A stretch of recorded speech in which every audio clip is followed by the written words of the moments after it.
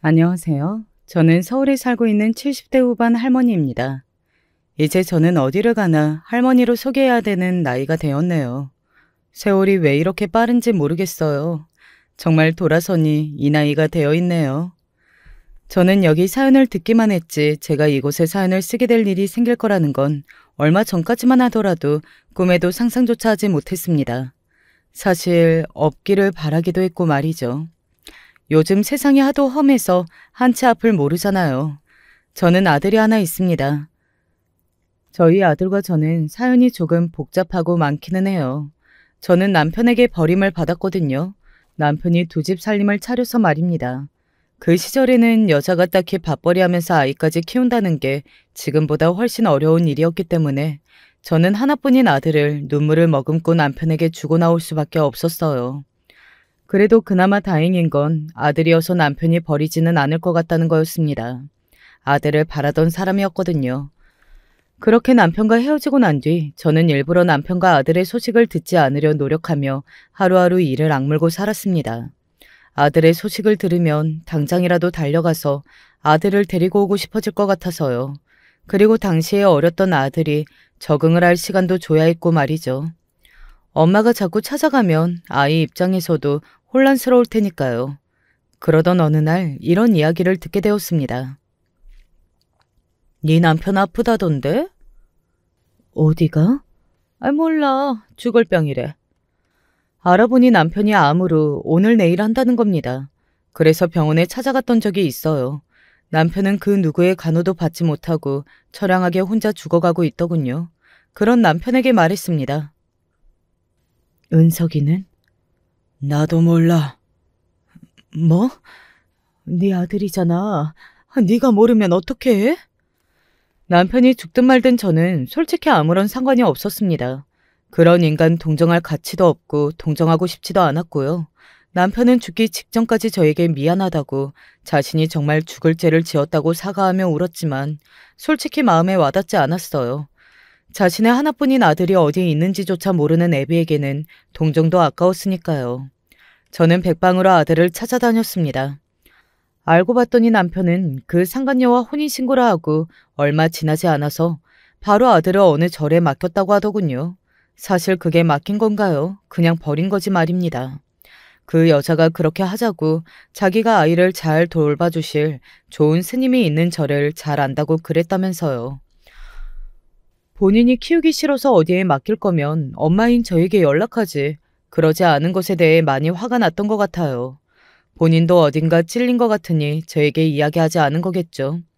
아들을 버리는 행위라는 걸 누구보다 잘 알고 있었을 겁니다. 당장 아들을 맡겼다는 그 절을 찾아갔지만 아이는 그곳에 없었습니다. 돌봐주시기로 한 스님이 갑자기 돌아가셔서 아이를 데려가라고 연락했지만 아무도 오지 않더군요. 마냥 데리고 있을 수만은 없어서 시설로 보냈습니다. 아들을 보냈다는 그 시설을 찾아갔지만 이번에도 다른 곳으로 옮겼다고 하더군요. 그렇게 물어물어 찾아간 곳에는 마지막으로 이런 이야기를 들었습니다. 여기서 다른 곳으로 옮겨질 때 은석이가 그러더군요. 뭐라고요? 자기는 언제까지 이렇게 남들에게 버려지기만 해야 하는 거냐고요. 이동이 잦은 아이들이 종종 하곤 하는 말입니다. 그러고 엄마를 찾고 싶다길래 그냥 그런가 보다 했는데 어느 날 사라졌어요. 저희도 신고도 하고 백방으로 알아보고는 있는데 어디를 갔는지 아직은 소식이 없습니다. 하늘이 무너지는 기분이었습니다. 그때 제 아들이 고작 10살이었어요. 그 어린 아이가 어딜 간단 말입니까? 어디서 무서운 사람들을 만나지 않았을까? 사고라도 당하지는 않았을까? 정말 하루가 천년 같은 나날들을 보냈던 것 같아요. 그러던 어느 날 경찰에서 전화가 왔습니다. 아이 하나를 보호하고 있다고 말이죠. 정말 불이 나게 달려갔던 것 같아요. 아마 그때가 제 인생에서 가장 심장이 빨리 뛰던 날이지 않을까 싶습니다. 그리고 저와 아들은 그렇게 재회했어요. 아들을 안고 얼마나 울었는지 모릅니다. 그렇게 많이 울었던 건 아마 인생에서 처음이지 않을까 싶네요. 그렇게 저는 아들과 둘이 살게 되었습니다. 정말 많이 힘들었어요. 혼자서 아이를 키운다는 건 정말 쉬운 일이 아니거든요. 게다가 저는 잘 키우고 싶다는 욕심도 조금 있는 편이었기 때문에 더더욱 그랬습니다. 아버지 없는 티가 나는 게 싫었고 조금이라도 아이가 열등감을 느끼는 게 싫었어요. 그래서 정말 최선을 다해 키웠습니다. 물론 그럼에도 부족한 부분은 있을 거라고 생각해요. 하지만 그렇게 느끼지 않았으면 하는 마음의 말입니다. 어렸을 때부터 그렇게 여기저기 옮겨다니면서 사람들에게 여러 번 버림을 받으며 상처받고 숨거나 혹은 삐뚤어질 법도 한데 아들은 정말 잘 자랐습니다. 신기할 만큼 말이죠. 공부도 곧 잘했고 그리고 속 썩이는 일도 없었어요. 그리고 그 무엇보다 아들과 제 사이가 무척이나 애틋했습니다. 그럴 수밖에 없기는 했어요. 어렵게 돌고 돌아 만난 모자잖아요. 아들은 가끔 저에게 이런 이야기를 하곤 했습니다. 나는 엄마가 평생 나 안 찾을 줄 알았어. 그게 말이 되니? 왜 그런 생각을 했어? 나는 어딜 가나 짐이라고 생각했거든. 그래서 태어나지 말았어야 했나 하는 생각을 했던 적도 많고. 아니야, 아니야. 너는 엄마한테 세상에서 가장 소중한 사람이야. 그런 생각 절대로 하지 마. 알겠지? 서로에게 의지해가며 산 세월이었습니다. 서로가 있었기에 버틸 수 있었고 또 서로가 있었기에 이겨낼 수 있었던 시간이었어요. 아들은 그렇게 학교를 무사히 졸업했고 나름대로 번듯한 회사에 취직도 했습니다. 저는 그런 아들이 정말 세상에서 가장 자랑스러웠어요. 엄마, 결혼할 사람이에요. 그리고 나이가 들어 결혼할 여자라고 사람을 데리고 왔을 때는 정말 눈물이 날 뻔했습니다. 언제 그 아이가 이렇게 자라서 결혼할 나이가 되고 이렇게 어여쁜 아가씨도 데려왔나 싶어서 말이죠. 며느리의 첫인상은 정말 너무 좋았어요. 예쁘게 봐주셔서 감사합니다. 예쁜 아이 예쁘게 본 게 뭐 대단한 일이라고. 저는 정말 잘 지낼 자신이 있었어요. 가족이라고는 하늘 아래 저와 아들밖에 없었는데 새 가족이 생긴 거잖아요. 게다가 며느리는 예쁘고 참해 보였거든요. 그래서 정말 너무 좋았습니다. 처음 본 순간부터 말이죠. 가끔 응? 스러운 면이 있기는 했던 것 같아요. 예를 들어 이런 부분 말입니다. 어머니, 투자를 좀 해보시는 건 어떨까요? 어머니, 요즘은 이런 걸 사람들이 많이 사더라고요. 며느리는 제가 가진 재산에 관해 관심이 참 많았습니다. 제가 그 이야기를 안 했네요. 저는 재산을 상당히 많이 모았어요. 운이 좋았거든요. 살던 집이 집값이 많이 오르기도 했고 그리고 친구가 오를 거라고 사라고 추천해준 땅을 조금 샀었는데 그 땅의 개발이 들어가면서 굉장히 많이 오르기도 했습니다. 그래서 아들이 대학에 들어가고 나서는 아들이나 저나 힘들게 돈을 벌 필요가 없었고 말이죠. 며느리가 어디 투자 한번 해보라고 할 때마다 저는 이렇게 대답했어요. 지금은 죽을 때까지 쓰고 너희에게 남겨줄 만큼은 되니 나는 더 이상 욕심 부리지 않을란다.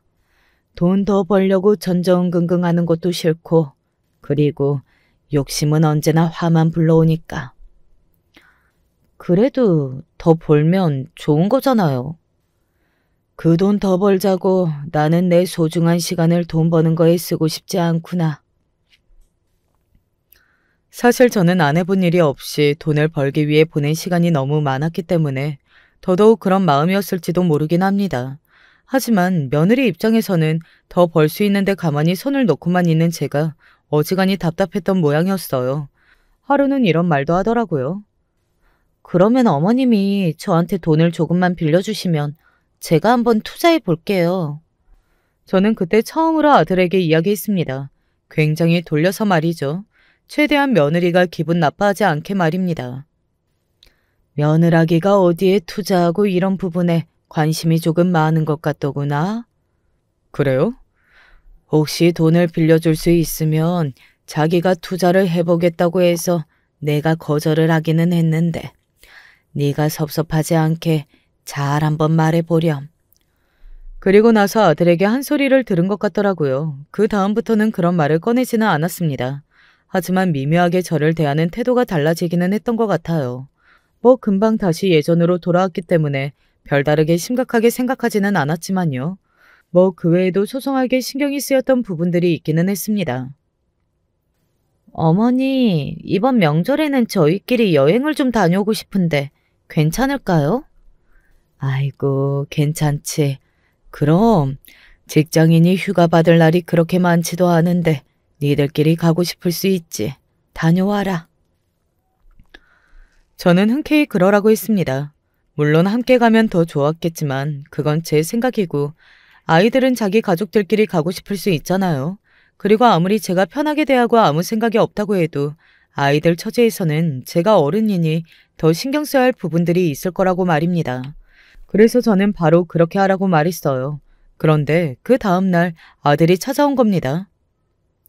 어제 집사람이 한 이야기는 못 들은 걸로 하세요.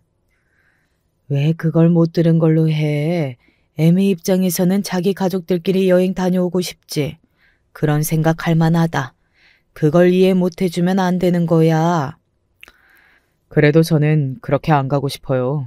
애초에 저는 이 사람이랑 결혼할 때 조건으로 걸었던 1순위가 모든 건 어머니가 먼저라는 거였습니다. 그게 싫으면 지금이라도 헤어지자고요. 그런데 괜찮다고 하고 결혼한 사람이 그 사람이에요. 너는 무슨 애한테 그런 이야기를 하고 그랬니? 섭섭하게. 나는 정말 괜찮으니까 다시 같이 여행 가자고 해. 아들은 결혼 전에 며느리에게 그런 이야기를 한 것 같더라고요. 사실 저는 그 이야기를 듣고 아들을 정말 많이 혼을 냈거든요. 아내들 사람한테 그런 이야기를 하는 사람이 어디 있느냐고. 그러면 안 되는 거라고. 너한테 이제 1순위는 내가 아니라 네 가족이 되어야 하는 거라고 말이죠. 사실 그래서 며느리가 조금 저에게 못하는 부분들이 있어도 아들이 워낙 저를 챙기니 오히려 며느리 눈치를 보게 되는 일이 많았습니다. 어떤 상황이고 제가 어떤 마음으로 그랬는지 아마 이해를 하실 분들은 하실 거예요. 하루는 며느리가 이런 말을 하더군요. 효자랑은 결혼하는 거 아니라더니 딱 애비를 두고 하는 말인 것 같아요. 네가 이해를 좀 해라. 어릴 때 하도 나랑 같이 고생을 많이 해서 그래. 나도 주기적으로 애비한테 그러지 말라고 이야기하는 중이니 너도 이해를 조금만 해주렴. 내가 미안하다. 제가 그렇게 말을 하면 그래도 며느리는 제 앞에서는 그게 뭐가 어머님이 미안해하실 문제냐는 식으로 말을 하기는 했어요. 그렇게 말해주는 며느리가 고마웠었던 기억이 납니다. 그런데 어느 날 지인에게 이런 이야기를 전해 들었어요. 며느리한테 뭐 잘못한 거 있어? 갑자기 그건 왜? 별일 없는데? 며느리가 자기 욕을 그렇게 하고 다닌다던데? 며느리가 제 이야기를 하고 다닌다는 겁니다. 아들을 무기 삼아서 자기 원하는 걸 다 한다는 둥, 그 나이 먹도록 재산을 손에 꽉 쥐고 하나도 안 물려준다는 둥, 그리고 결정적으로 제가 가장 상처받았던 말은 그 말이었어요. 빨리 돌아가셨으면 좋겠다는 말입니다. 뭐 없는 곳에서는 나라님 욕도 한다지만 그런 말을 듣고 상처받지 않는 사람은 아마 없을 거예요. 그리고 제 나이가 그렇게까지 많은 것도 아니었고요. 재산을 아직 물려주지 않은 이유 중에 하나는 아들이 아직 원하지 않아서였던 것도 있습니다. 아들은 제가 뭔가를 정리하는 것을 싫어했거든요. 아마 제가 오래 살기를 바래서 그런 걸 거로 생각합니다. 며느리에게 속이 상하기도 했고 화가 났지만 그래도 그 다음에 든 생각은 그동안 쌓인 게 정말 많았구나 하는 것이었습니다. 저에게 보이는 면이 이 정도인데 아들이 뒤에서 더 많은 일들을 했겠지 싶었고요. 그래서 그 이야기를 듣고서도 그걸 아는 척하고 화를 내기보다는 저는 다른 방법을 선택했어요. 용돈이다. 갑자기요? 오늘 무슨 날도 아닌데? 그간 고생했고 그리고 생각해보니 너한테 고마운 일들도 많고 고마운 마음에 주는 거니까 그냥 받고 사고 싶은 것도 사고 먹고 싶은 것도 먹고 그래. 내 아들이랑 살아줘서 고맙다. 2천만 원 정도였던 것 같아요. 그 돈을 주면서 며느리를 달래는 걸 선택했습니다. 당연히 며느리는 엄청나게 좋아했어요. 그렇게 밝은 미소는 저는 처음 보는 미소였습니다. 입이 귀에 걸려서는 어머님 감사합니다 몇 번을 이야기하더군요. 애비한테는 이야기 안 했으니까 너 쓰고 싶은 대로 써. 사실 지금 와서 돌이켜 생각해보면 저만한 시어머니도 없는 것 같거든요. 그리고 이만한 시댁도 없고 말이죠. 며느리를 일을 시키지도 않았고 또 자주 보지도 않았고 그리고 저는 전화도 거의 하지 않았습니다. 혹시나 부담스러워할까 봐서 말이죠. 그리고 이렇게 며느리의 마음을 풀어주기 위해서 용돈도 턱 내놓을 줄 알고 말이죠.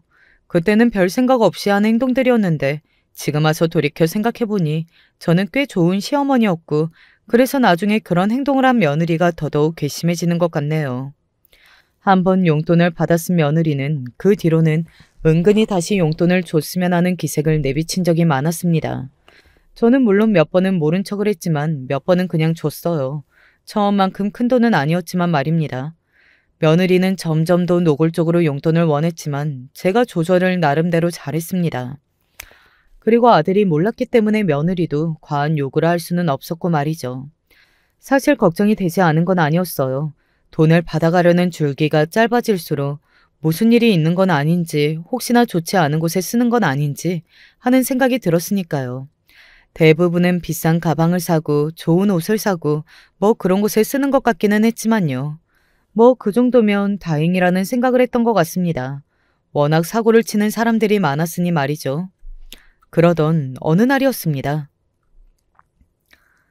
며느리가 여기저기에 돈을 엄청나게 쓰고 다닌다는데 사람들한테 선심 엄청 쓰고 내가 용돈을 조금 주기는 했는데 안 준 지 조금 됐는데 씀씀이가 커져서 다시 못 줄이는 거 아니야? 아니, 그거 몇 번 줬다고. 며느리가 주변에 엄청나게 돈을 뿌리듯 쓰고 다닌다는 이야기를 들었습니다. 지인이 한번 커진 씀씀이는 고칠 수 없이 앞으로는 달라고 해도 주지 말라고 그러더군요. 저도 사실 놀라긴 했어요. 몇 번 그렇게 돈을 줬다고 그걸 그렇게 쓰고 다녀서 주변에서 말이 나올 정도라니 말입니다. 한번 고삐가 풀리면 어떻게 할 수가 없는 아이인가 하는 생각도 했었던 것 같네요. 어머님, 요즘은 왜 용돈 안 주세요? 대놓고 며느리가 그렇게 묻더군요. 무슨 맡겨둔 사람처럼 말입니다. 아니 상황이 너무 웃기기는 했던 것 같아요. 70대 후반인 시어머니에게 용돈을 맡겨둔 것처럼 며느리가 당당하게 요구하는 그 모습이 말입니다. 지금 와서 돌이켜 생각해보면 처음부터 그렇게 돈을 주지 않았어야 했는데 하는 후회만 들 뿐입니다. 벌써 다 썼니? 네. 그 당당하게 네라고 대답하던 모습도 너무 어이가 없어서 기억이 나네요. 그걸 다 어디에 썼니? 사고 싶은 거 사고 먹고 싶은 거 먹고 그렇게 지내니까 금방 쓰던데요? 큰일 날 아이구나 하는 생각을 그때 완전하게 했던 것 같아요. 이 아이에게 돈을 함부로 줬다가는 집안도 말아먹을 수 있겠다. 뭐 그런 무서운 생각이 들었습니다. 아무리 그러라고 준 돈이기는 하지만 그래도 적당히 잘 분배해서 써야지.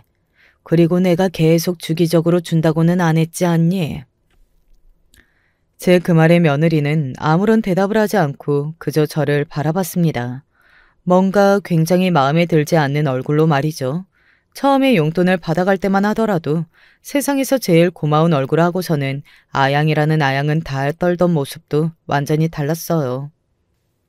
그래서 안 주신다는 이야기죠? 앞으로 너한테 용돈을 또 줄 수 있겠지. 내가 주고 싶어지는 때가 오면. 하지만 용돈이라는 건 말 그대로 주는 사람이 주고 싶어질 때 주는 거지. 이렇게 달라고 요구해서 받을 게 아니지 않니? 너는 돈도 벌고 사회생활도 하는데 그것도 시어머니한테 말이다. 제 말이 구구절절 다 맞는 말이기는 했으니 며느리는 다른 말을 하지는 못했습니다. 다만 뭔가 굉장히 마음에 들지 않고 짜증나는 얼굴로 저를 바라보기만 했을 뿐이었죠. 이 모든 사실을 아들이 알게 된다면 집안이 한바탕 뒤집어질 건 본인이 제일 잘 알고 있었기 때문에 그 이후로는 다른 말을 하지 않고 손순히 집으로 들어갔어요. 그리고 얼마 뒤에 며느리 이야기를 종종 전해주는 지인에게 다시 물었습니다. 우리 며느리 요즘은 어떻대? 그랬더니 그 지인의 말이 심상치 않더군요. 돈 쓰는 건 그대로 쓰고 돌아다닌다는데? 그 돈이 어디서 나서? 나는 그래서 며느리한테 또 홀라당 넘어가서 돈을 준 줄 알았지. 안 줬어? 안 줬어. 설마 어디서 빚내고 쓰고 다닌 거 아니야? 아유 설마. 그래도 생각이라는 걸 알 텐데 그러기야 하겠어.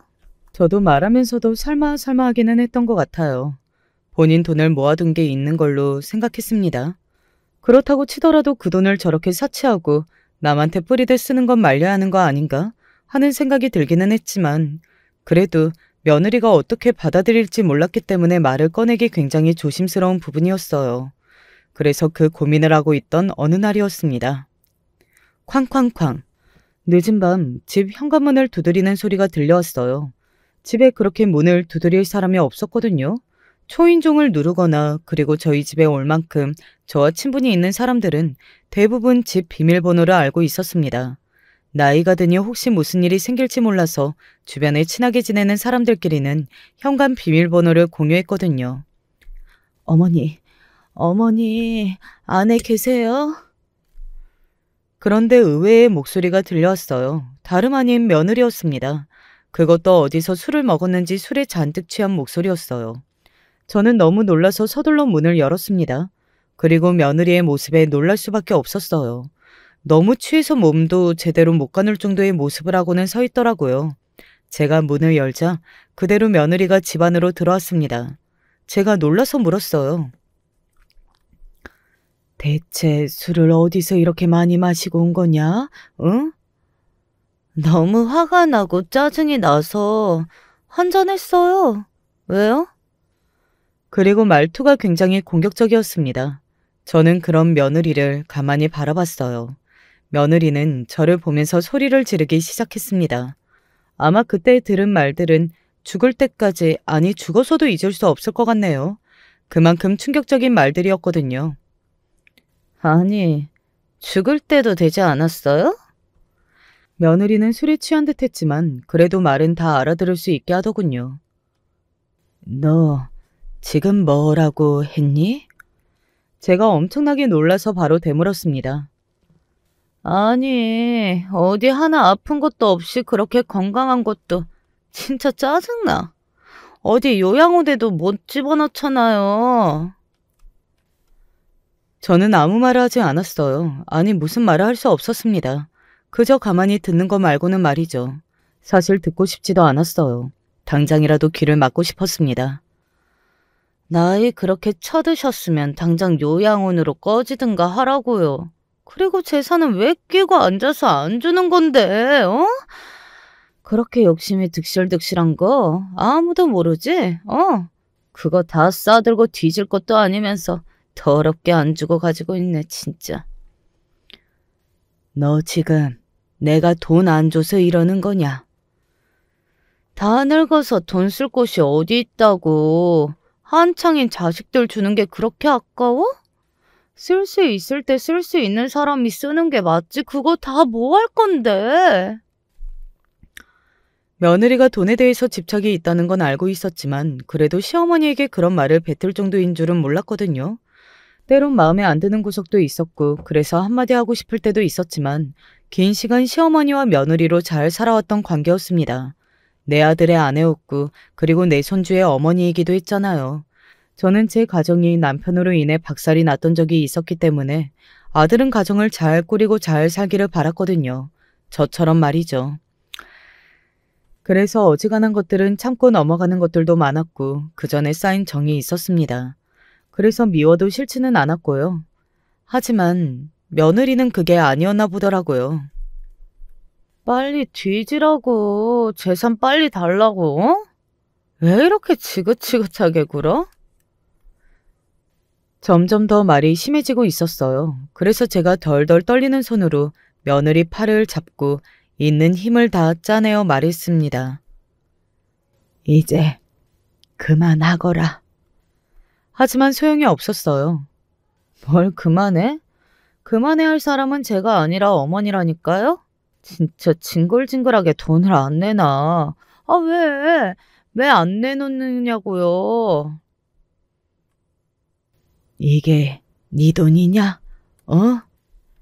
제가 참지 못하고 소리를 질렀어요. 며느리는 그런 저를 빤히 보더니 급기야 제 어깨를 밀었습니다. 저는 그 순간 생각했던 것 같아요.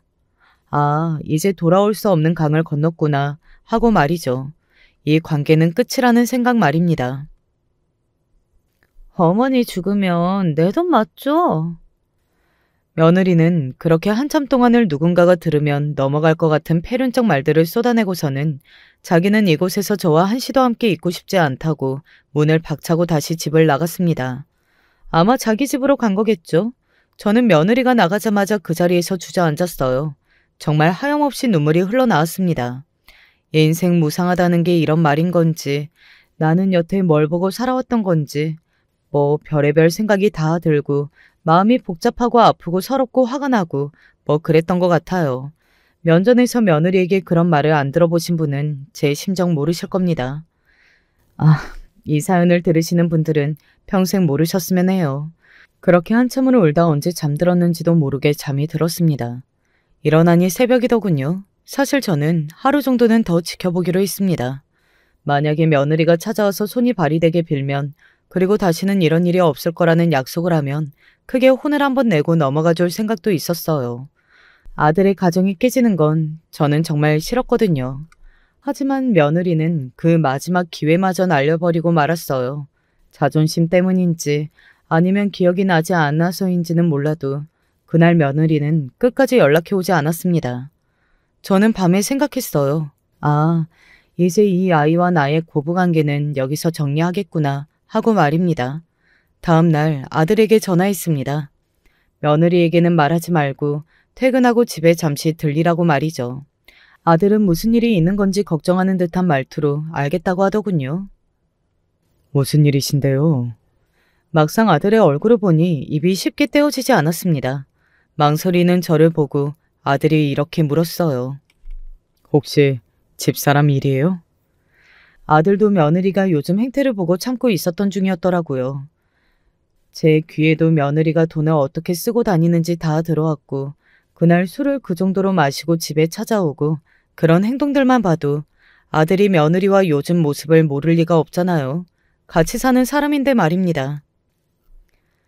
아들에게 며느리가 그동안 용돈을 받아갔다는 것과 주변에서 들었던 이야기, 그리고 저에게 여태 했던 말과 행동들을 했습니다. 결정적으로 술을 먹고 한 소리까지 전부 다 말입니다. 당연히 아들은 분개했어요. 그냥 참고도 있어 볼까 했는데 술까지 먹고 그러는 건 나도 못 참겠다. 나는 그런 며느리랑 더 이상 시어머니 며느리로 지내고 싶지 않으니까 앞으로 네 집사람 데리고 오지 말거라. 그리고 찾아오지 말라고도 네가 말하고. 아들은 자기가 다 알아서 할 테니 어머니는 걱정하지 말라면서 화를 내고는 돌아갔습니다. 사실 저는 알고 있었어요. 제가 이렇게 이야기하면 며느리는 이제 더 이상 저에게 찍소리도 못할 거라는 걸 말입니다. 하지만 며느리는 생각했을 겁니다. 제가 아들의 가정은 제대로 된 가정이었으면 좋겠다고 소원하고 있으니 절대 이야기하지 않을 거라는 사실을요. 하지만 그것도 어지간할 때의 이야기이죠. 며느리는 어지간하지 않았잖아요. 아들이 그리고 돌아가고 나서 한동안 연락이 없었습니다. 아들도 며느리도 말이죠. 저는 그래서 제대로 혼이 났구나. 이제 더 이상 나에게 그런 연락을 해오거나 쓸데없는 곳에 돈을 쓰며 사치하지 않겠구나 했습니다. 그런데 며느리가 다짜고짜 찾아왔어요. 어머니, 지금 제정신이세요? 저는 며느리가 찾아온다면 무릎을 꿇을 걸로 생각했거든요. 와서 사죄하고 용서를 빌 거라고 말이죠. 그제야 아들이 조금 너그러이 봐줄 테니까요. 하지만 예상과는 달리 며느리는 화를 내며 찾아왔었습니다. 너 아직도 정신 못 차렸니? 그런 며느리에게 제가 그렇게 물었어요. 그랬더니 소리를 지르더군요. 당신 때문에 당신 아들이 이혼하게 생겼잖아. 그래서 이렇게 된 거 좋아? 좋냐고. 아들이 이혼하자고 그랬나 보더라고요. 며느리는 그 이야기를 듣고 며칠 아들을 설득하다가 아들이 돌아설 것 같지 않자 저에게 달려온 거였습니다. 이성을 잃은 듯 보였어요. 당신 아들도 이혼남 만들 생각이야? 엄마랑 아들이 나란히 이혼한 거 진짜 보기 좋겠다. 안 그래요? 너 같은 며느리 있느니 이혼하는 게 낫지 않겠니? 시어머니한테 이러는 걸로도 모자라서 가만히 뒀다가는 살림도 말아먹을 것 같은데. 뭐라고요? 너 사치하고 다니고 사람들한테 돈 뿌리듯 쓰고 다닌다는 거 내 귀에 들어올 정도로 소문이 바다하게 다 난 거 몰랐니? 어? 얼마나 그러고 다니면 사람들이 그렇게 떠들어. 며느리는 조금 놀란 것 같아 보이기는 했어요. 사람들이 그렇게 떠들고 다닌다는 걸 전혀 몰랐던 듯 싶었습니다. 하지만 이내 배를 내밀고 자기는 떳떳한 양 말하더군요. 그게 무슨 사치예요? 친하고 좋아하는 사람들한테 돈 좀 쓴 거 가지고 그렇게 뒷말하는 사람들이 이상한 거지. 네가 얼마나 그러고 다녔으면 그랬겠니? 어? 그래서 어머님은 그 말을 다 믿고 남편한테 다 이야기한 거고요? 내가 처음부터 그랬겠니? 어? 나는 네가 그날 술 먹고 들어와서 빨리 죽던가 요양원에 들어가라고 난리만 치지 않았어도 참았을 거다. 내가 틀린 말 했어요? 며느리가 그렇게 말하면서 핏대를 세우는데 무섭더라고요. 이성을 잃고 눈이 동게 보여서 말입니다. 그런 사람들은 무슨 짓을 할지 모르는 거잖아요. 너 일단 진정하고 가라. 그래서 일단은 며느리를 보내야 한다는 생각이 들었어요. 아니면 정말 무슨 일을 저지를 것 같다는 생각이 들었거든요. 그리고 그 불안한 생각은 사실이 되었습니다. 사실 그런 생각은 늘 틀리지 않는 것 같아요. 어머님만 없었어도 이런 일은 일어나지 않았다고요. 나는 행복하게 나 하고 싶은 거 다 하면서 살 수 있었는데 어머님 때문에 며느리는 그렇게 이야기하면서 저를 확 밀쳤습니다. 며느리는 키가 상당히 컸거든요. 그리고 저는 작은 편이었고요. 그게 아니더라도 저는 곧 여든이 되는 노인이었고 며느리는 젊잖아요. 당연히 힘으로는 이길 수 없는 상태죠. 며느리가 밀어서 제가 그대로 고꾸라지듯 넘어졌어요. 아유. 그리고 잘못 넘어지는 바람에 팔을 테이블 모서리 쪽에 찍었습니다. 순간 눈앞에 별이 지나갔어요. 저는 그렇게 아팠던 건 태어나서 처음이었습니다. 너무 아파서 기절할 수도 있겠구나 하는 생각을 그때 처음 했던 것 같아요. 며느리도 놀란 듯 보였어요. 당연했습니다. 저는 팔뚝을 테이블 모서리에 찧었고 그 바람에 팔뚝이 찢어져서 피가 철철 흘렀거든요. 피가 흐르고 그러면 보기에 굉장히 많이 다친 것처럼 보이잖아요. 뭐 실제로 많이 다치기도 했지만 말입니다. 그러게 그 앞에 서 있어요. 아마 본인도 당황해서 더 그렇게 소리를 지른 걸 겁니다. 정신이 번쩍 든 것 같더군요. 그리고 그때였습니다. 현관문이 벌컥 열리더니 아들이 들어왔어요. 제가 연락한 건 아니었거든요. 어머니. 아들이 피를 흘리며 바닥에 주저앉아 있는 저를 보고 놀라서 저에게 달려왔어요. 나중에 알고 봤더니 며느리가 씩씩거리면서 나가서 처음에는 나가든지 말든지 상관없다고 생각하고 집에 있었는데 순간 어머니한테 간 건 아니겠지 하는 생각이 들었답니다. 그리고 저에게 전화를 했는데 제가 받지 않았고요. 그래서 불안해서 집으로 달려온 거였어요. 당신 이게 뭐 하는 짓이야? 미쳤어? 그냥 툭 밀었는데 혼자 세게 넘어지신 거야? 당신이 밀긴 밀었다는 말이네? 어떻게 어머니를 밀 수가 있어? 아니, 그냥 툭 친 정도로 뭘 폭력을 쓴 사람처럼 몰아붙여? 이게 폭력이 아니야? 어? 어머님이 피가 이렇게나 나는데? 그건 어머님이 재수가 없어서 그쪽으로 넘어지셔서 그렇게 된 거고. 야, 너 진짜 나한테 죽고 싶냐? 어? 내가 이혼 도장만 찍는 걸로 조용히 마무리하려고 했는데 안 되겠다. 너는 진짜 된통 당해봐야 해. 뭐 어쩔 건데? 아들의 그 말에 며느리는 당황하고 약간 겁을 먹기는 한 듯 말을 더듬더라고요. 아들은 그런 며느리를 세상에서 가장 한심한 눈으로 잠깐 바라보더니 저를 일으켜 세웠습니다. 어머니, 일단은 병원부터 같이 가세요. 저는 더 이상 말을 하지는 않았어요. 사실 저도 굉장히 지쳐 있었거든요. 이 나이가 되면 누군가랑 소리를 지르며 싸우는 것도 굉장히 피곤한 일이잖아요. 그렇게 저는 병원으로 갔습니다. 그리고 10바늘이 넘게 꿰맨 것 같아요. 아들이 옆에서 한숨을 푹푹 쉬며 걱정해서 괜찮다고 몇 번이나 말해줬네요. 아들이 진단서를 받고 약을 받아오는 걸 보고 차에서 잠이 들었습니다. 그리고 눈을 떴을 때는 집이었어요. 아들이 업어서 저를 눕힌 것 같은데 얼마나 피곤했던 건지 저는 그 기억이 하나도 없어요. 아들은 곡장 이혼 소송을 시작한다고 하더군요. 절대 순순히 이혼을 해줄 수 없다면서 말이죠. 그래서 제 진단서도 받은 거였더라고요. 며느리는 그렇게까지 할 줄 몰랐던 건지 얼마 지나지 않아 다시 찾아와서 무릎을 꿇었습니다. 정말 어떻게 그렇게 한치 앞을 모르고 행동할 수가 있는 건가 싶기는 해요. 어머니, 제가 정말 죽을 죄를 지었습니다. 제가 정신이 나갔었나 봐요. 그러면 안 되는 거였는데 주변에서 돈 잘 쓴다고 자꾸 부추기니까 으쓱거리게 되고 또 그걸 못하게 된다고 생각하니까 저도 모르게라는 건 없다. 너는 알고도 그런 거고. 지금도 속으로는 저 노인네 안 죽고 왜 나를 힘들게 하는 건지 모르겠다고 생각하겠지. 그런 마음이 있으니 술을 먹고도 그런 소리를 할 수 있는 거야. 생각하지도 않은 걸 말할 리는 없지 않니? 그런 제 말에 며느리는 아무 말을 하지 못하더군요. 저는 알고 있었습니다. 이러다 제가 끝까지 사과 받아주지 않으면 돌변해서 또 화를 낼 거라는 걸 말이죠. 한 번 그러기가 어렵지. 두 번, 세 번은 쉽잖아요. 그런 꼴을 다 본 며느리와 어떻게 고부간으로 잘 지낼 수 있겠니? 나는 너랑 애비가 이혼을 하지 않는다고 하더라도 다시 너를 볼 생각은 없다. 애비한테도 똑같이 말했고. 그러니 내가 아니라 애비를 설득해보거라. 내가 이혼을 하라고 한 건 아니니. 그 사람한테 그런 말을 하는 건 이혼을 하라는 말이죠. 애비가 그렇게 느꼈으면 그건 어쩔 수 없고, 하지만 나는 말릴 생각이 없다. 제가 단호해 보이자 며느리는 입을 앙다물고는 아무 말 없이 저를 노려봤습니다.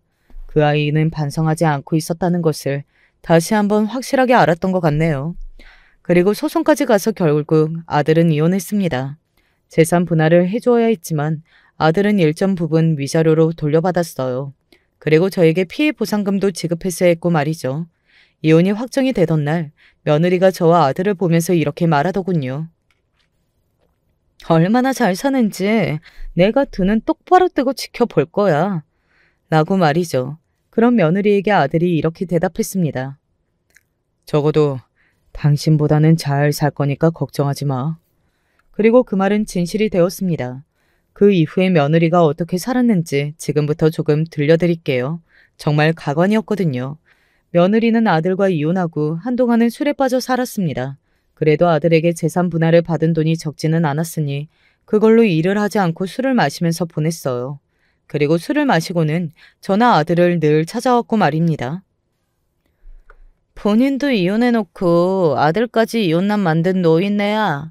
네가 네 아들 인생 망친 거야. 그거 알아, 어? 너랑 같이 사는 게 내 아들 인생에는 더 안 좋았을 게다.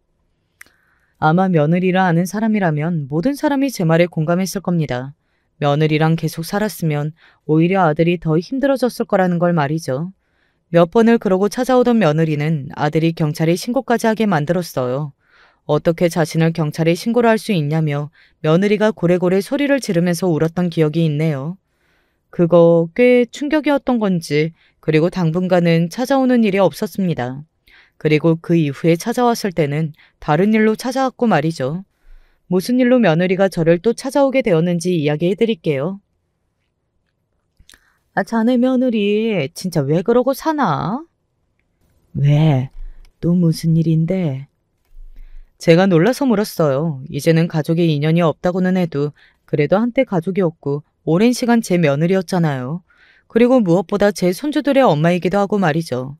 저는 며느리가 망하거나 못 살기를 바란 적은 정말 하늘의 맹세코 단 한 번도 없었습니다.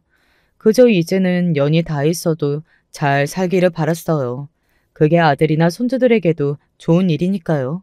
하지만 며느리는 그것마저 해주지 않더군요.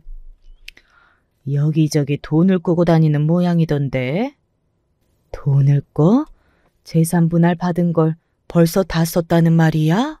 어이가 없다 못해 어안이 벙벙한 기분이 들더군요. 단기간에 쓰기에는 너무 많은 돈이었거든요. 그런데 그걸 다 쓰고 돈을 또 빌리러 다닌다뇨? 그걸 사채하는 거에 다 썼다는 거라는 생각은 들지 않았습니다. 그럴 수 없는 돈이었거든요. 제가 불안해서 아들에게 말을 했어요. 네가 한번 알아봐라. 그래도 남한테 빚지고 살고 그러면 애들한테도 안 좋지 않겠니? 아들은 정말 한심하다는 얼굴을 하고서는 땅에 꺼져라 한숨을 깊게 쉬더군요. 아들의 표정에서 아들의 심정이 느껴져서 저도 마음이 착잡했습니다. 그리고 얼마 되지 않아 며느리가 왜 그렇게 주변에 돈을 꾸고 다녔는지 알게 되었어요.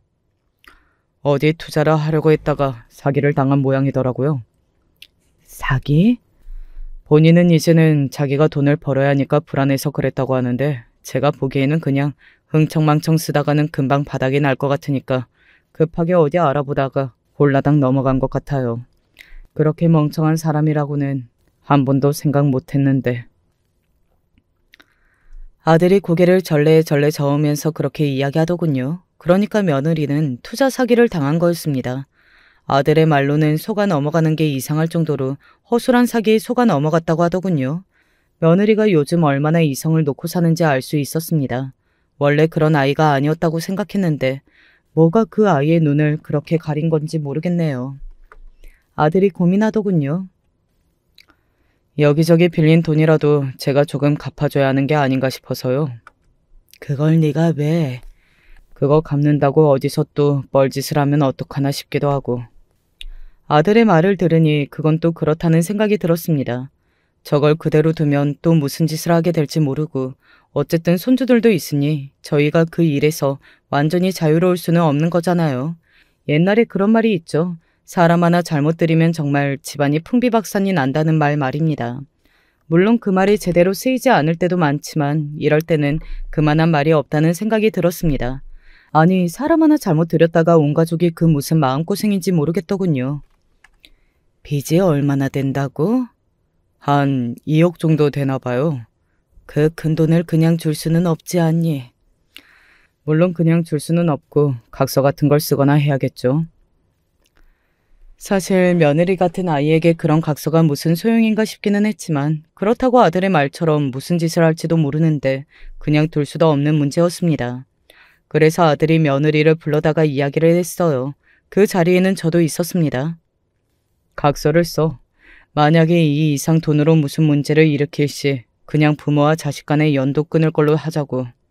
애들도 당신 얼굴 안 보고 싶어하고. 애들이 그래? 애들이 당신이 너무 한심한다더라. 왜 그렇게 사는지 모르겠다고. 그 말은 며느리에게 꽤 충격인 듯 했습니다. 자식들에게 그런 말을 듣고 충격을 받지 않는 부모는 아마 세상에 없겠죠. 그러게 왜 자식 입에서 그런 말이 나오게 그렇게 사느냐 말입니다. 뭐가 굉장히 부족해서 그렇게만 살았어야만 하는 상황이면 몰라도 그것도 아니면서 말이죠. 애들까지 그렇게 이야기할 줄은 몰랐네. 그렇게 살면서 자식들한테 부모 대접 받을 수 있다고 생각한 거야? 아들의 그 말에는 며느리가 아무 말을 하지 못하고 가만히 고개를 숙이더군요. 그 모습을 보면서 희망을 품었던 것 같아요. 어쩌면 이번에는 정말로 며느리가 변할 수도 있겠다는 생각 말입니다. 참으로 사람은 어리석은 것 같아요. 긴 세월 살아오면서 사람은 절대 쉽게 바뀌는 게 아니라는 걸 수없이 깨달았지만 그래도 늘 믿고 싶어지는 거 보면 말입니다. 하지만 이번에는 정말로 믿고 싶었습니다. 그렇게 며느리는 수없이 다짐하고 각서까지 써가면서 아들에게 돈을 받아갔습니다. 그리고 제가 알기로는 돈을 바로 갚았다고 들었어요. 그리고 일도 구했다고 들었고 말이죠. 일자리를 구했다는 이야기를 듣고서는 그래도 정말 다행이라는 생각을 했던 것도 같네요. 이 이야기가 여기서 마지막이었으면 정말 좋았을 텐데 그러지 못했습니다. 어머니, 저 돈 좀 빌려주세요. 어느 날 며느리가 찾아와서 그렇게 이야기하더군요. 너 또 사고 쳤니? 제 그 말에 며느리는 아무 말을 하지 못하더군요. 이번에는 사기를 당한 건 아닌 것 같았습니다. 하지만 그 못지않은 문제였어요. 신용카드를 긁어놓고 갚지 못해서 신용불량자가 되게 생겼다고 하더군요. 그러면서 이렇게 말했습니다. 저 신용불량자 되면 지금 하는 일도 못해요. 그럼 애들한테 짐밖에 더 되겠어요? 그렇게 되면 안 되는 거잖아요. 저는 너무 괘씸했습니다. 지금 손주들을 인질로 붙잡고서는 협박하는 거잖아요. 신용불량자 엄마를 가진 아이들을 만들지 말라면서 말이죠. 제가 오늘 이곳에 사연을 보내게 된 가장 결정적인 이유가 바로 이것입니다. 정말 마음 같아서는 신용불량자고 뭐고 그냥 이제는 정말 모른 척하고 남처럼 살고 싶거든요. 그리고 그 정도의 일을 겪었음에도 변하지 않는 며느리는 갱생 가능성이 없다고 생각하니까 그 돈을 해주면 안 된다는 걸 머리로는 너무 잘 알고 있습니다. 하지만 마음이 그렇지 않아요. 그냥 주지 마. 걔 또 그런다. 애들 찾아갈까봐 그러는 거지. 지 자식들한테 정말 버림을 받아봐야 해. 그래도 정신을 못 차릴 것 같지만. 저는 며느리를 걱정하는 게 아니었어요. 손주들이 걱정이었죠. 그리고 손주들도 언젠가 한 번은 겪고 넘어가야 하는 일이야. 제 엄마가 그런 엄마가 맞는데 언젠가 한 번은 겪게 될 일이기도 하고 그냥 매도 먼저 맞게 두는 게 나아. 하지만 할머니 된 마음에서는 손주들이 최대한 상처받게 하고 싶지 않거든요. 지금도 그 마음은 너무 간절하고요. 그래서 어떻게 하면 좋을지 여러분들에게 의견을 구하고 싶어서 이렇게 사연을 쓰게 되었습니다. 만약에 여러분이 저라면 어떻게 하실 것 같으신지, 그리고 어떤 방법이 가장 효과적일지, 그리고 며느리를 정신 차리게 할 방법은 정말로 없는 건지 말입니다. 저는 아무리 생각해봐도 도저히 답이 나오지 않거든요. 그래서 많은 분의 조언을 들어볼 생각으로 이렇게 사연을 쓰게 된 거니 들으시는 분들이 꼭 의견을 남겨주셨으면 좋겠어요. 그러면 제가 다 읽어보고 어떻게 하는 게 좋을지 결정하겠습니다. 아직 아들에게는 말하지 않은 상황이에요. 며느리에게도 일단 돌아가서 기다리라고 해뒀고 말이죠. 요즘 이것 때문에 잠도 못 잡니다. 속이 너무 답답해서 말이죠. 아마 들으시는 분들도 답답해하지 않으실까 하네요. 그러면 저는 여러분들의 많은 의견을 기다리면서 이만 사연을 줄이겠습니다. 긴 이야기 마지막까지 들어주시고 함께 공감해 주셔서 감사합니다.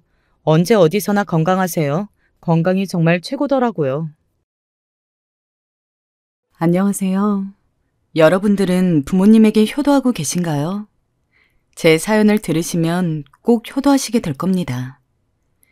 이 사연을 쓰는 내내 눈물이 앞을 가려 썼다 지웠다를 반복하다 보니 두서가 없을 수 있으니 양해 부탁드립니다.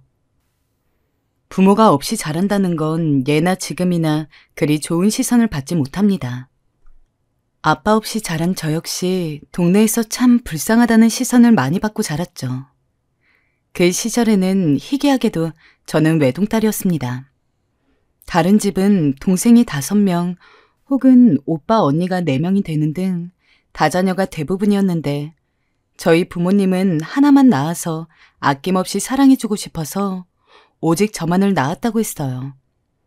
하지만 저는 형제가 없는 저희 집이 너무 싫었습니다. 왜 다른 집은 다 동생도 있고 언니랑 오빠도 있는데 나만 없어? 나도 동생 줘. 오빠랑 언니 만들어줘. 아이고, 그만해 미니야. 그래서 말도 되지 않는 걸로 땡깡을 부리면서 엄마를 곤란하게 한 적도 많았습니다. 다른 집들도 그렇게 잘 살진 않았지만 그래도 다른 애들은 자기 형제들이랑 부대끼면서 힘든 것도 나누고 좋은 것도 나누고 그러는데 저는 겨우 엄마랑 둘이 살았기 때문에 그럴 수도 없었어요. 어릴 때야 다들 철이 없다고는 했지만 생각해보면 저는 그 정도가 더욱 강했던 것 같습니다. 사소한 거라도 다른 애가 저보다 나아 보이면 그날로 엄마에게 가서는 나도 장난감 사줘. 옆집엔 엄마가 장난감 사줬대. 과자 사줘, 과자. 나도 과자 먹고 싶어. 라며 엄마를 졸랐습니다. 저희 집은 다른 집보다도 형편이 더욱 안 좋았기 때문에 엄마는 무척이나 곤란했을 겁니다. 미안해. 엄마가 돈이 없어서 우리 미니한테 너무 미안해. 엄마는 늘 제가 투정을 부릴 때마다 저렇게 얼버무렸지만 저는 그럴 때마다 바닥을 구르면서 울었습니다. 그때는 왜 그렇게 서러운 게 많았는지. 물론 아빠가 없다고 놀림을 받은 적도 있었고 다른 애들은 다 가지고 있는 거 저희는 유독 가난해서 못 가지고 있었기에 그로 인한 열등감이 있던 것도 맞지만 어리고 미숙했던 저는 그로 인해 쌓인 슬픔과 분노를 엄마에게 푸는 것 말곤 할 수 있는 게 없었습니다. 아이고, 우는 소리가 여기까지 들리네. 뚝 그쳐! 당시 옆집에 사시던 할머니가 어쩔 줄 모르고 저를 달래려는 엄마를 대신해서 저를 따끔하게 혼내야만 간신히 눈물을 그치고 멈췄습니다. 그렇게 지내면서 엄마에게 마음에 안 드는 것들은 너무도 많았지만 그중 대표적인 건 엄마가 무식했다는 점일 겁니다. 제가 살던 곳은 시골 중에서도 좀 더 외진 곳이었기에 아마 엄마만 그런 것은 아니었을 거라 생각합니다. 근데 왜인지 저는 엄마가 동네에서 제일 무식하다고 생각했어요. 미니야, 이 글씨는 어떻게 읽는 거야? 엄만 이것도 몰라? 글씨는 또 왜 이래? 창피해. 글씨 쓰는 것 좀 배워. 엄마는 아주 별거 아닌 글씨조차 제게 읽는 법을 물었습니다. 쓰는 방법도 몰라서 언제나 삐뚤빼뚤, 무슨 3살배기 어린아이가 쓴 글씨와 별다를 게 없었죠. 저는 학교를 다니면서 이미 한글을 쓰고 읽는 법은 이미 다 알고 있는 상황이었습니다. 그런 저였기에 엄마를 더 이해하지 못했습니다. 어느 날은 엄마가 편지를 써야 한다며 저를 불렀는데 쓸 줄 아는 글씨는 하나도 없는 상황에서 하나하나 다 저한테 묻더라고요. 짜증나. 글 쓰는 법도 모르면서 무슨 편지를 써? 그래도 얼른 네가 써봐. 엄마는 그때도 저에게 미안하다고 사과를 하셨습니다. 그 사과에도 짜증이 가시지 않아서 엄마 손에서 편지 봉투와 연필을 휙 뺏어들고는 연필심이 부러질 만큼 손에 힘을 주고 글씨를 썼습니다. 엄마는 완성된 편지를 보고 고맙다고 웃었지만 저는 대꾸도 안 하고 동네 친구들과 함께 놀러 갔었죠. 그뿐만이 아니었습니다. 가끔씩 동네에 도는 전단지가 있으면 엄마는 우리 집에 전혀 필요도 없고 상관도 없는 걸 가져왔습니다. 그리고는 그걸 가지고 제게 하나하나 묻고는 했습니다. 우리 집에서 쓸 것도 아닌데 왜? 그냥 엄마는 우리 미니가 글자 가르쳐주는 거 배우고 싶어서. 나도 낮잠 자거나 애들이랑 놀고 싶어. 아무것도 모르는 엄마 글자 가르쳐주는 게 얼마나 힘든 일인지 알아? 저는 이런 환경이 치가 떨리도록 싫었습니다. 그래서 저는 그 어릴 때부터 엄마처럼은 살지 말자고 꼭 열심히 공부해서 나는 엄마랑 완전 다른 사람이 될 거라고 다짐하며 살았습니다.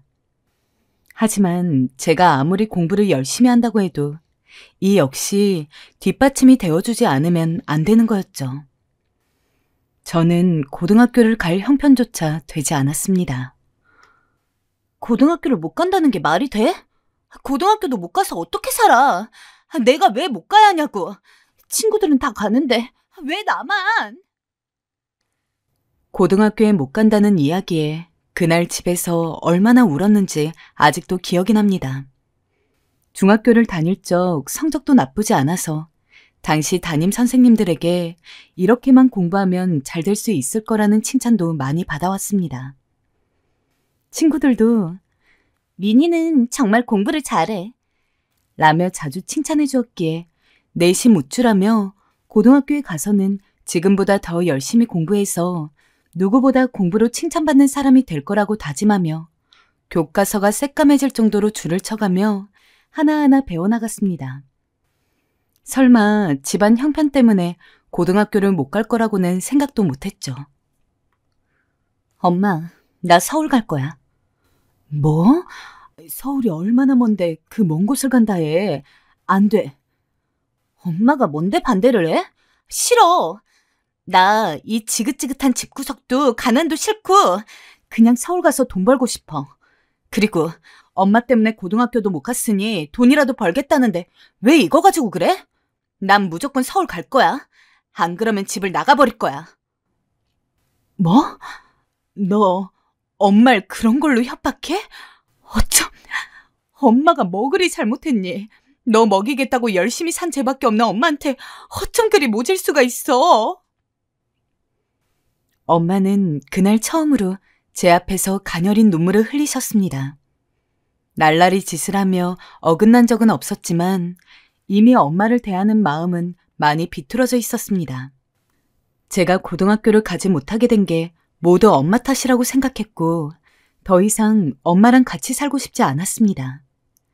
그래서 서울에 가서 돈을 번다는 핑계로 일찍이 집을 떠나고자 했고 당연히 엄마는 걱정했지만 저는 그 걱정조차 짜증난다는 감정이 먼저 앞섰습니다.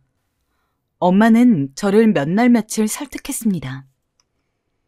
미니야, 서울에 가면 아마 사는 것도 힘들 거고 사람들도 친절하지 않을 거야. 그냥 엄마랑 여기 있자. 엄마가 이번에 월급이 좀 올라서 우리 미니 학교도 보내주고 맛있는 것도 사줄 수 있고 예쁜 옷도 입혀줄 수 있어. 응? 엄마가 이렇게 부탁하는 거 처음이잖아. 제발 미니야. 엄마, 나 이제 그만 좀 붙잡아. 내가 무슨 확신도 없이 간다고 하겠어? 나 거기서도 잘 살 수 있어. 엄마가 뭐라 해도 나는 갈 거야, 서울. 정말 꼭 가야겠어? 엄마는 제가 어떤 설득에도 넘어가지 않자 울면서 겨우 허락을 해주었고 그 후에야 저는 엄마가 준 쌈짓돈을 들고 서울로 올라갈 수 있었습니다. 그런데 그때 엄마 말을 들었어야 했을까요? 서울살이는 생각보다 너무 고되었습니다. 저도 서울에 갈 거라고 이야기하면서 아무것도 배운 것 없는 중졸 여자애가 쉽게 살아나갈 수 있을 거라는 희망을 가진 것은 아니었습니다. 하지만 그럼에도 혼자 나간다는 건 쉬운 일이 아니었어요. 그래도 다행인 점이 있다면 집에 엄마와 함께 있던 시절보다는 너무 마음이 편했습니다. 비록 지금은 힘들지만 여긴 시골이 아닌 만큼 제가 정신 차리고 노력한다면 일이라도 할 수 있을 테고 엄마가 없는 곳에서 제가 원하는 대로 살아나갈 수 있다는 게 무엇보다 제게 크게 다가왔습니다. 미니야, 잘 지내지? 힘든 일은 없고? 없어, 엄마. 근데 그만 좀 전화해. 주인집 아줌마 눈치가 너무 보여. 아까도 표정 안 좋았단 말이야. 그래? 그래도 엄마는 우리 미니 목소리라도 들어야겠는데. 알겠어. 그러면 엄마가 좀 줄이도록 할게. 어린 딸이 혼자 서울에 간 것이 걱정스러웠는지 엄마는 주인집에 하루가 멀다 하고 전화를 했는데 그럴 때마다 주인집 눈치도 보여 그만 좀 전화하라며 짜증 섞인 이야기를 하고는 끊기 일쑤였습니다. 몇 번을 그러니 엄마에게서 오는 전화도 이전보다 줄었죠. 하지만 엄마의 전화는 언젠가부터 조금씩 그리워졌어요. 서울살이는 정말로 무서워졌거든요. 가장 무서웠던 건 역시 돈이었습니다. 여긴 내가 날 먹여 살려야 했기 때문에 돈을 벌어야 먹고 살 수 있었기 때문에 돈이 가장 중요했습니다. 그래서 어찌저찌 일자리를 알아보다가 간신히 집에서 멀지 않은 공장을 다니게 되었는데요. 몸이 힘들기는 했지만 돈이 급했던 제게 공장은 결코 놓칠 수 없는 일자리였습니다. 미니 씨가 중졸이고 나이도 어리지만 일은 잘할 것 같으니 써주는 거야. 네, 감사합니다, 반장님. 정말 열심히 할게요. 믿어주세요. 컨베이어 벨트와 돌아가는 기계 소음은 무섭기도 하고 싫기도 했지만 어린 저라도 써주는 곳은 그곳뿐이었기에 저는 작업 반장님에게 고맙다는 말을 몇 번이나 드리며 열심히 일하겠다고 했어요. 허나 어린 제가 공장 일에 잘 적응할 리 있나요? 저는 틈만 나면 혼이 나기 일쑤였습니다. 제 스스로가 바보 같다고 생각이 들 정도로요. 아니, 이거 실수하지 말라고 몇 번을 말해. 바보 천치도 아니고 왜 대체 한 번 말하면 똑바로 못 알아먹는 거야? 너 잘리고 싶냐? 네, 죄송합니다. 죄송합니다. 다행히 친하게 지내던 공장 아줌마가 절 도와주셨기에 망정이지 아마 그러지 않았다면 저는 쫓겨났을 거예요. 지금도 그분을 생각하면 아직도 고마운 마음이 커요. 아무것도 모르는 절 부드럽게 타이르며 일을 하나하나 가르쳐 주셨으니까요. 그래도 너무 어렸던지라 절 혼내기만 하는 반장님이 무섭고 또 혼이 날까봐 두려워 저는 매일 일 나가기 전 눈물 한 바가지 흘리곤 했어요. 그럴 땐 엄마에게 전화해 엉엉 울고 싶기도 했어요. 힘들다고 견딜 수 없다고 말도 하고 싶었어요. 하지만 저는 일을 그만둘 수가 없었어요. 그러던 어느 날 조금은 그리웠던 엄마로부터 전화가 오셨어요. 미니야, 엄마 서울 갈까 하는데 우리 미니 얼굴 본 지도 오래됐고 해서 괜찮니? 시간 언제 되니? 엄마 서울에 온다고? 아, 왜? 엄마 오는 거 싫으니? 아니, 그게 아니고 바빠서 그래. 일도 정신없고 여기는 휴일도 별로 없으니까 휴일엔 나 혼자 쉬는 게 좋아. 너무 매몰차게 거절을 했던 걸까요? 엄마는 잠시 전화기 넘어 잠시 침묵을 지키셨습니다. 그러더니 제게 그럼 주소라도 보내라고 김치를 보내주시겠다고 하더군요. 김치도 받기 싫었지만 그건 거절할 수 없었기에 주소를 알려주고 전화를 끊었습니다. 허나 며칠 뒤 엄마에게 그렇게 대했던 게 미안해서 제가 먼저 엄마에게 전화를 했고 날짜를 잡았습니다. 미니야, 아이고, 우리 딸 다 컸네, 컸어. 몇 년 만에 보는 엄마는 저를 보자마자 얼싸안으며 우셨고 저는 사춘기 소녀 같은 표정으로 가만히 안겨 있었습니다. 엄마는 한참을 절 어루만지더니 제가 사는 집을 구경하고 싶다 하셨어요. 집 봐서 뭐해. 사람 사는데 다 똑같지 뭐. 그냥 밥이나 먹으러 가자. 나 배고파. 아유, 그래? 그래도 여기까지 왔는데 딸 사는 데는 엄마가 한번 봐야지. 엄마, 나 배고프다니까? 아유, 알겠어. 그럼 뭐 먹으러 갈까? 엄마가 맛있는 거 사줄게. 우리 딸 먹고 싶은 거 말만 해. 그땐 엄마에게도 제가 사는 구질구질한 집골을 보이고 싶지 않았어요. 무서운 인상의 주인집 아줌마도 냉골인 방도 보이기 싫었어요. 엄마가 괜히 눈물 짓는 걸 보고 싶지도 않았고 얼른 엄마와 밥 한 끼 먹고 나서 혼자서 그냥 쉬고 싶었어요. 제가 기어이 짜증을 내자 엄마는 알겠다며 이번에도 제 부탁을 들어주셨고 저희는 근처 짜장면집으로 자리를 옮겼어요. 많이 먹어. 우리 딸 배고프지? 새벽부터 서울에 올라오시느라 한 끼도 못 드셨을 텐데도 엄마는 저렇게 말하며 자기 몫의 짜장면을 듬뿍 얹어주셨죠. 허나 저는 공장일로 우울증도 심하고 삶에 대한 무력감도 극심할 때라 그런지 그 좋아하는 짜장면도 잘 먹지 못했어요. 엄마는 가는 순간까지 왜 이리 못 먹냐며 왜 이리 말랐냐며 그런 제 모습을 걱정했지만 저는 제 손톱 밑에 가시가 아프게 느껴져 엄마의 늙어버린 얼굴과 주름은 보이지 않았어요. 그리고 그 고된 공장에서 거의 10년을 넘게 일을 했습니다. 돈이 어느 정도 모이면 공장에서 꼭 나오고 싶었는데 막상 적응을 하니 다른 곳에 갈 엄두가 나지 않더라고요. 또 이미 친해진 동료들도 있으니 계속 그곳에서 일을 하게 되었어요. 그러다 보니 처음 일을 했을 적에 17살 소녀였던 제가 어느새 20대 후반의 여자가 되어 있었고 절 그리도 많이 혼냈던 반장님도 공장을 떠나신 지 오래되었어요. 세월이 참 빨랐어요. 가끔 흘러가는 세월을 보면 언제 시간이 이렇게 됐나 싶어 허무하기도 하고 공허하기도 했어요. 당시 저는 오랜 공장일로 지쳐 있었습니다. 물론 함께 일하는 사람들과 친해지기도 했지만 가끔 시간이 나서 밖을 돌아다니며 제 또래 애들은 저보다 훨씬 몸매도 좋고 예쁜 옷도 입고 그러고 다니는데 저는 맨날 공장에만 있으니 칙칙하고 예쁘지도 않고 스스로에 대한 자존감이 평소보다도 훨씬 떨어져 있었죠. 그렇게 이러다 연애 한번 못 해보고 노처녀로 죽는 거 아닌가 할 쯤이었는데 참 운명같이 지금의 남편을 만나게 되었습니다. 저에겐 너무나 과분한 사람이었죠. 공장에서 친해진 언니의 소개로 알게 된 남편은 성격부터 저와 정반대였습니다. 부모님에게 잘하고 누군가의 장점을 있는 그대로 칭찬할 줄 알고 자신의 단점에 대해서 과도하게 좌절하지 않고 한마디로 자존감이 높은 사람이었습니다. 연애를 하면서도 이런 사람이 왜 나랑 사귀지?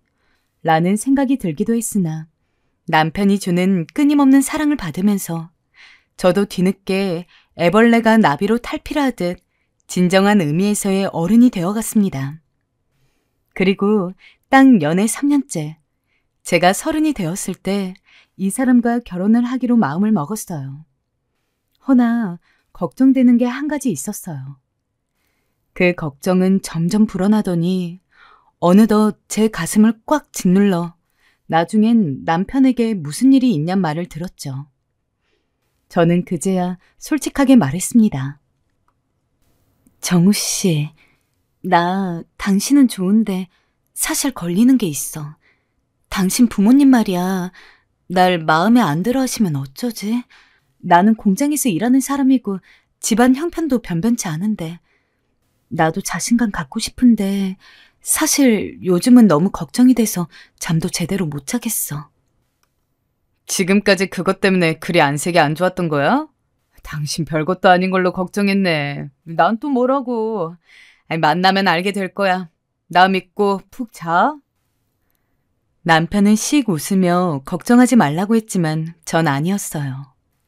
남편네 집은 저와는 다르게 처음부터 쭉 서울에서 살아왔고 집안 사정도 그리 나쁘지 않은 분들이었습니다. 솔직히 저 같은 여자가 며느리로 들어온다고 하면 저라도 탐탁지 않을 것 같았어요. 그런데 보면 알게 될 거란 남편의 말을 며칠 후 바로 이해할 수 있게 되었어요. 그날이 처음 시부모님을 만났을 때였죠. 아이고, 이렇게 이쁜 여자가 우리 아들이랑 결혼해준다니 고맙네. 고마워. 우리 아들이 착하긴 해도 조금 모자란 구석이 있는 거 알지? 결혼해놓고 마음에 안 든다고 반품하면 안 된다. 우리 며느리가 끝까지 책임지고 살아줘야 해. 절 보자마자 시어머니는 환한 얼굴로 반겨주시더니 1시간 정도 지나자 장난을 치시면서 엄청 환대해 주셨습니다. 시아버지도 마찬가지셨어요. 그 환대에 기분이 얼떨떨할 지경이었죠. 또 당시 저와 남편 둘 다 모은 돈이 없지는 않았으나 사실 작게라도 집을 얻어 살기에는 부족한 상황이었는데도 무사히 결혼해서 신혼집을 얻을 수 있었던 것도 시부모님들이 힘을 써주셨기 때문이었습니다. 그런 시부모님을 보고 난 뒤 엄마를 소개해드리는 거라서 그런지 솔직히 정말 불효녀 같은 생각이지만 정말 내키지 않았습니다. 그럴 사람도 아니지만 남편이 엄마를 보고서 결혼을 다시 생각해보는 건 아닐까라는 생각도 했습니다. 나 장모님 보러 갈 생각에 너무 떨려. 장모님이 나 좋아해 주시겠지? 미니야. 미니야? 미안해. 다른 생각했나 봐. 뭐라고 했어? 엄마를 보러 가는 날도 괜히 마음이 불안하고 찝찝해 남편의 말에 집중할 수도 없었어요. 그런데 엄마는 그런 제 걱정은 하나도 모르시는 듯 기어이 일을 저지르셨죠. 우리 미니 나한텐 너무 예쁜 딸이야. 꼭 잘해줘야 해. 부탁하네. 네, 장모님. 그러겠습니다. 말보단 행동으로 보여드릴게요. 근데 듣던 것보다 실물이 훨씬 잘생겼네. 키도 훤칠하고 인기도 많았겠어. 아니에요. 이 사람이 절 거둬줘서 다행이지 장가 못 갈 뻔했어요. 처음엔 분위기가 그럭저럭 화기애애했어요. 농담도 오갔고 덕담도 간간히 있었습니다. 그런데 엄마가 갑자기 저희 앞으로 흰 봉투를 하나 꺼내더라고요. 순간 가슴이 덜컹했어요. 느낌이 불길했습니다. 나중에 우리 미니 결혼하면 꼭 챙겨주려고 한 돈이야. 내가 지금은 딱히 벌이가 없어. 미니가 조금씩 모아주는 돈만 모은 거라 액수가 크지도 않고 그렇지만 받아주려무나. 이런 귀한 걸. 고맙습니다. 장모님, 소중히 잘 쓰겠습니다. 결혼하면서 엄마에게 바라는 것은 하나도 없었습니다. 어릴 때부터 엄마가 얼마나 가난하게 살아왔는지 알고 제가 엄마에게 잘한 것이 없다는 것도 알기에 뭘 바라는 게 염치 없는 상황이라는 것도 잘 알고 있었습니다. 하지만 흰 봉투 안에 있는 돈이 겨우 50만 원임을 확인했을 때 저의 심정이란 정말 얼굴이 화끈거려서 남편을 볼 낯이 서지 않았어요. 남편은 아무렇지 않게 인사를 했지만 저는 아무 말도 못하고 봉투를 구기듯 꾹 잡는 수밖에 없었습니다. 차라리 엄마가 아무것도 안 주는 게 나았을 겁니다. 근데 얼마 되지도 않는 돈을 제 결혼을 위해서 모았다고 주는 건 너무 창피했어요. 시부모님은 결혼 자금을 넘어서서 집도 해주셨는데 비교하고 싶지는 않았지만 말 한마디 한마디도 어쩐지 품격 있는 시부모님과 다르게 엄마는 시골 사람 특유의 화법이 남아있었고 심지어는 그때까지도 여전히 글씨 하나 제대로 못 쓰셨습니다. 누가 봐도 못 배운 게 티나는 엄마와 나와 완전 다른 삶을 살아온 남편. 결국 저는 결혼 준비하느라 바쁘다며 얼버무리고는 도망치듯 남편을 데리고 나왔습니다. 좀 더 있어도 괜찮은데. 당신은 장모님 오랜만에 보는 거 아니야? 하루 정도 자고 가도 괜찮아. 나도 같이 있을게. 아니야. 평소에 엄마랑 자주 연락해.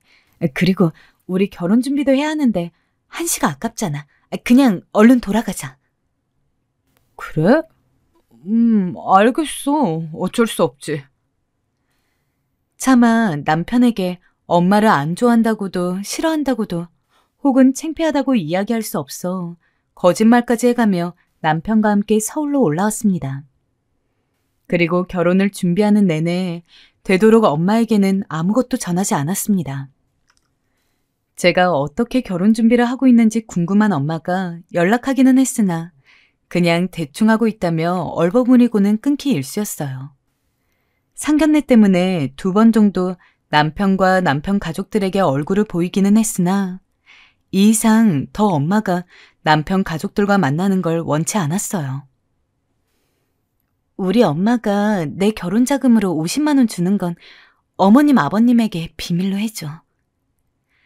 남편에게 이 부분에 대해서도 신신당부를 할 정도로 저는 엄마의 존재가 최대한 드러나지 않도록 애썼습니다. 지금 생각하면 어찌나 못된 짓을 한 건지. 당시에 전 너무도 한심하고 못난 사람이었어요. 무사히 결혼식을 하고 나서 한숨 돌린 후 저희는 결혼 생활을 시작했습니다. 남편과의 결혼 생활은 행복했지만 한편으로는 바빴습니다.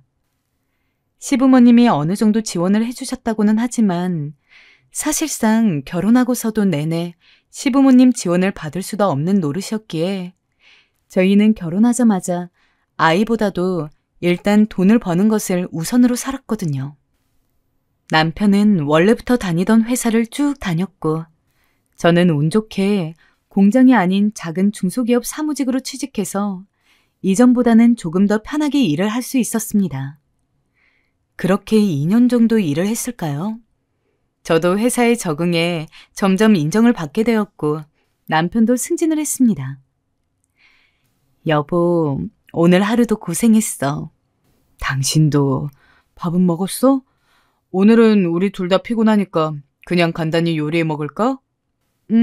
좋아. 배려해줘서 고마워. 아, 맞다. 당신 우리 아이 가지자는 거 한번 생각해봤어?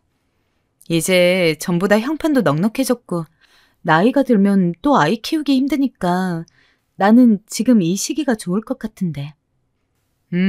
그러자. 나도 승진했고 하니까 앞으로 월급도 오를 거야. 아이 키우기엔 괜찮을 것 같아. 우리 한번 노력해보자. 생활 형편이 나아지니 저희는 다른 여느 부부들처럼 아이 계획을 세웠고 다행히 임신이 어려운 체질이 아니라 몇 달 지나지 않아서 자식을 뱃속에 품을 수 있었죠. 그간은 너무 바쁘기도 했고 여러 이유로 엄마 생각을 한 적이 없었는데 임신 소식을 들으니 갑자기 엄마가 떠오르더라고요.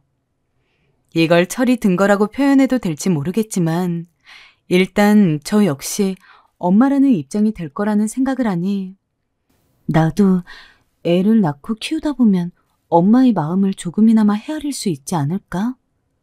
라는 생각이 문득 들었습니다. 그리고 비록 지금껏 엄마에게 잘해준 것은커녕 못해준 게 한 바가지였지만 앞으로라도 조금씩 신경을 써봐야겠다며 다짐 아닌 다짐을 했죠. 하지만 생각을 실천으로 옮기는 건 말처럼 쉽지 않았습니다. 애를 낳으니 사랑하는 남편과의 사이에서 나온 자식이라는 점에서는 눈에 넣어도 아프지 않을 정도로 좋았지만 그것과는 별개로 자식을 키우는 것 자체는 안 그래도 팍팍한 삶을 더욱 팍팍하게 만들었습니다. 아, 애가 왜 이렇게 울어? 게다가 저희 자식이 유독 다른 집 자식보다 울기도 많이 울고 영 칭얼거리는 횟수도 잦아 한 몇 달간은 잠 한 번 제대로 잔 적이 없었습니다. 그나마 남편도 도와줬기에 망정이지 안 그랬으면 애 크기 전에 제가 먼저 병나서 드러누웠을 수도 있을 겁니다. 애가 좀 컸다고 크게 달라지지도 않더군요.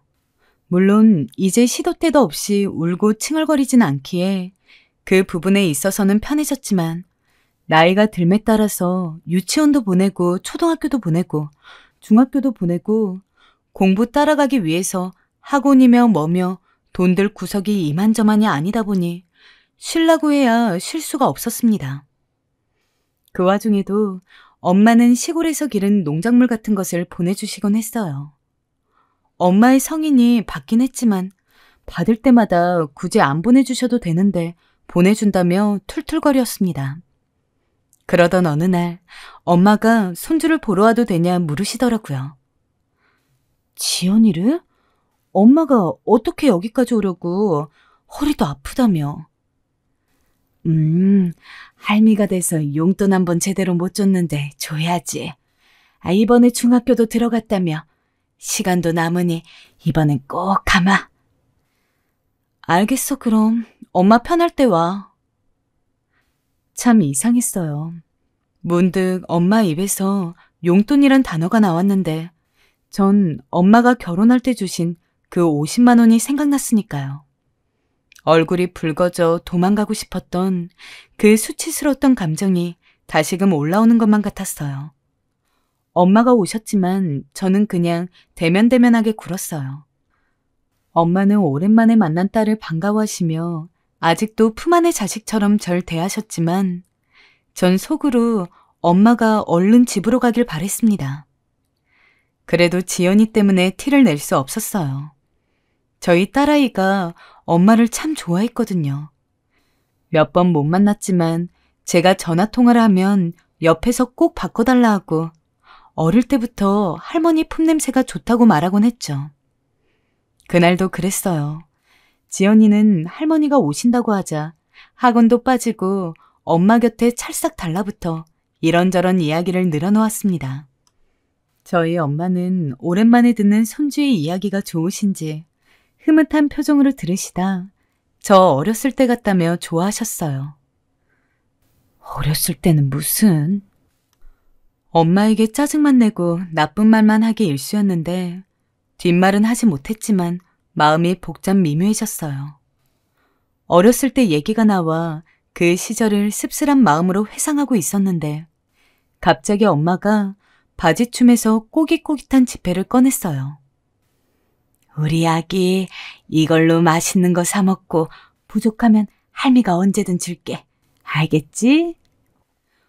우와, 이렇게나 많이요? 감사합니다. 저 맛있는 거 사 먹고 공부도 열심히 해서 엄마 말도 잘 들을게요. 어쩜 이리 이쁜 말만 하누.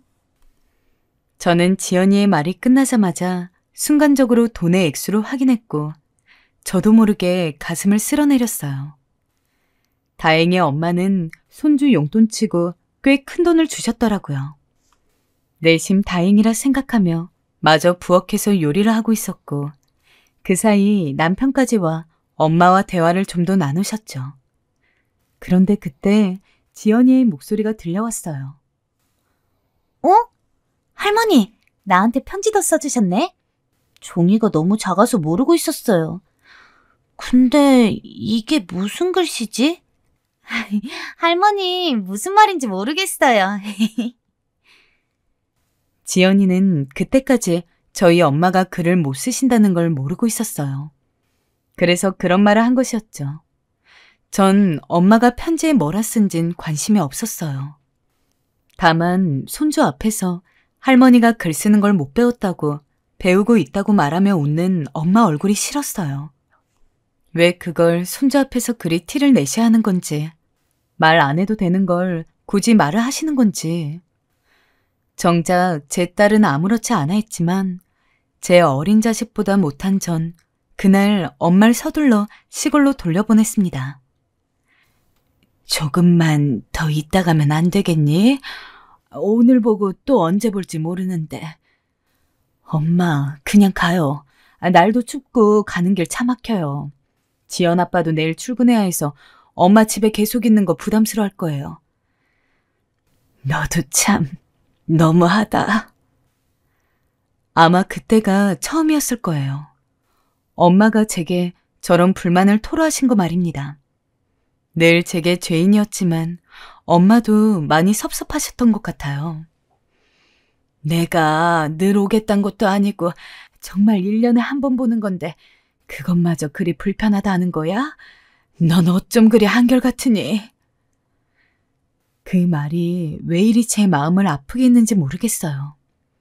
전 동네가 떠나가라 그만 버럭 소리를 지르고 말았습니다. 난 원래 나쁜 딸이에요. 몰랐어요? 그러니 가요. 아니, 무슨 일인데 그래? 장모님, 무슨 일이 있으셨어요? 당신은 왜 울고 있어? 아니야, 내가 다 잘못했네. 뭐라 하지 말게. 나 갈 테니 어여 들어가. 저는 엄마가 가고 난 후 그만 울음을 참지 못하고 엉엉 울고 말았습니다. 아마 죄책감이었겠죠. 그 이후로 저는 엄마 보는 게 더 힘이 들었어요. 나이 들면 엄마와 딸 사이 갈등 같은 게 더 무뎌지고 금방 화해도 할 줄 알았는데 아니었습니다. 결혼 생활한 지 30년 동안 친정에 간 건 손에 꼽았어요. 그 정도면 말 다 했다 봅니다. 시댁은 같은 서울에 있었기 때문에 명절 때마다 찾아뵙기 쉬웠지만 그마저도 저희가 일이 바쁘다 보니까 명절 당일에나 간신히 얼굴 잠시 뵈러 가는 날이 더 많았습니다. 여보, 이번 명절도 가기는 힘들 것 같으니까 장모님한테 전화 한번 드려. 솔직히 남편이 그렇게 엄마에 대해 이야기하지 않았으면 저는 명절에도 엄마에게 전화 한번 제대로 못했을 겁니다. 이번에도 못 간다는 이야기를 전할 때마다 엄마는 그래, 너네 바쁜데 여기 오는 게 문제겠니? 그래도 너무 힘들지 않았으면 좋겠다. 나중에 꼭 시간 되면 와야 한다. 라며 괜찮다고는 했지만 아쉬운 기색을 감추지는 못했습니다. 사람이 자기 안 힘들 때 주변 사람들을 돌아보게 된다고. 하나뿐인 자식 장성하게 다 키워서 결혼도 시키고 손주도 볼 쯤 되니까 그때서야 저도 엄마 생각이 좀 나더군요. 물론 애가 어느 정도 큰 다음에는 명절 때마다 거의 빼먹지 않고 찾아뵈기는 했으나 사실 제가 자식 노릇을 한 거라고는 거의 없고 그냥 예전보다는 조금 더 나아진 관계 정도로만 지내고는 했는데 이제 인생 살면서 큰 고비들은 다 넘긴 듯하니 시골에 홀로 살고 있는 엄마가 어찌 지내는지 너무 궁금했습니다. 그래서 남편에게 엄마를 보러 다녀온다고는 하고 작년에 저만 혼자 아무 연락 없이 고향으로 내려갔어요. 아이고, 연락도 없이 웬일이야? 어여 들어와. 아무 언질도 없이 찾아갔는데도 엄마는 기쁜 얼굴로 저를 반겨주었습니다. 허리가 한껏 굽은 엄마는 거동도 불편해 보였지만 제가 왔다고 부랴부랴 밥을 짓고 옆집에 부탁해서는 닭 한 마리를 잡아서 삼계탕을 푹 고아 차려주었습니다. 참 이상하게 엄마가 손수 끓인 삼계탕을 앞에 두고 있자니 너무 겸연쩍은 기분이 들었습니다. 그동안 하나뿐인 자식이랍시고 있었으면서 엄마한테 해준 것 하나 없는데 내가 이렇게 환대받을 자격이 있는 걸까? 아직 김이 모락모락 나는 닭을 집어서는 손으로 쭉쭉 살점을 뜯어 제 밥숟가락 위에 얹어주시는데 한 입 한 입 받아 먹으면서도 마음이 참 복잡했습니다. 밥을 다 먹고는 조금 편하게 앉아 TV를 보는데 엄마가 갑자기 그러시더군요. 엄마, 한글 배웠다? 한번 봐봐. 엄마는 그 말과 함께 무슨 공책을 하나 주섬주섬 꺼내더니 기역, 니은, 디귿, 리을 등등 자음과 모음이 써져 있는 부분을 제 앞에 펼쳐두었습니다. 그걸 보고 있는데 문득 어렸을 때 저한테 글씨에 대해 묻던 엄마 생각이 났습니다. 그리고 이상하게 눈물이 왈칵 치솟았어요. 왜 아직도 이 나이 먹고 한글을 못 배워서 안달인 건지, 그리고 그걸 왜 나한테 보여주는 건지. 지금 생각해보면 그것 또한 죄책감이었던 것 같습니다. 사실 돌이켜보면 그때 제가 조금만 더 상냥하고 친절하게 엄마에게 대했어도 엄마는 이미 오래전에 저한테 한글을 다 배웠을 게 분명합니다. 하지만 어렸던 저는 그냥 짜증만 내면서 엄마를 전혀 돕지 않았죠. 과거의 제 치부가 다시 들춰지는 것만 같았어요. 그래서 저도 모르게 다 늙어서는 뭐 이런 걸 하고 그래? 그냥 편하게 TV나 보고 드라마나 보고 사세요. 라며 모질게 말을 했습니다. 제 말에 엄마는 멋쩍은 얼굴로 그냥 예전부터 글씨가 쓰고 싶었어서 라며 공책을 다시 서랍장에 넣었지만 저는 그날 내내 화가 풀리질 않았습니다. 엄마에게 난 화가 아닙니다. 제 스스로에게 난 화였습니다. 제가 너무 예민하게 굴었다는 걸 아는데도 엄마에게 제대로 사과 하나 못하는 제 자신에 대한 미련함과 분노가 들끓었습니다. 찝찝한 마음으로 다음 날 바로 집으로 돌아왔는데 그로부터 딱 3개월 뒤 연락을 받았습니다. 바로 엄마가 돌아가셨다는 동네 할머니의 연락이었어요. 저는 말을 잇지 못하고 눈물을 펑펑 흘리면서 남편과 자식과 함께 차를 타고 엄마가 사는 곳에 갔고 작게 장례식을 치렀습니다. 사람은 떠난 뒤에야 자신의 곁에 있던 사람이 소중한 것을 깨닫는다고 저 또한 마찬가지였죠. 그저 엄마랑 함께 있었던 순간순간이 너무도 그리워졌습니다. 여보, 장모님 짐 정리하고 나와. 나는 차에 가 있을게. 남편이 보기에 제가 너무 공허해 보였나 봅니다. 장례식을 치르고 엄마의 짐을 정리하기 위해서 여기저기 둘러보는데 남편은 제가 혼자서 엄마의 집에서 스스로를 다독이고 오기를 바랐는지 자기는 밖에 있겠다며 비켜주더군요. 솔직히 그 덕분에 조금 더 엄마의 집을 꼼꼼히 볼 수 있었습니다. 돌아가시기 전까지 사용했는지 바로 베개 옆에 있는 리모컨, 봉지가 뜯기지 않는 주전부리, 엄마의 냄새가 묻은 옷. 하나하나 정리하며 상자에 담고 있는데 문득 마지막으로 엄마를 만났을 때 엄마가 보여주었던 공책이 떠올랐습니다. 그래서 서랍을 열었는데 서랍에는 당시 엄마가 보여주었던 것 말고도 더 많은 공책들이 있었죠. 이렇게 열심히 공부하신 건가 싶어서 하나하나 훑어보는데 그중 한 공책을 보게 된 순간 저는 가슴을 퍽퍽 쳐가며 울 수밖에 없었습니다.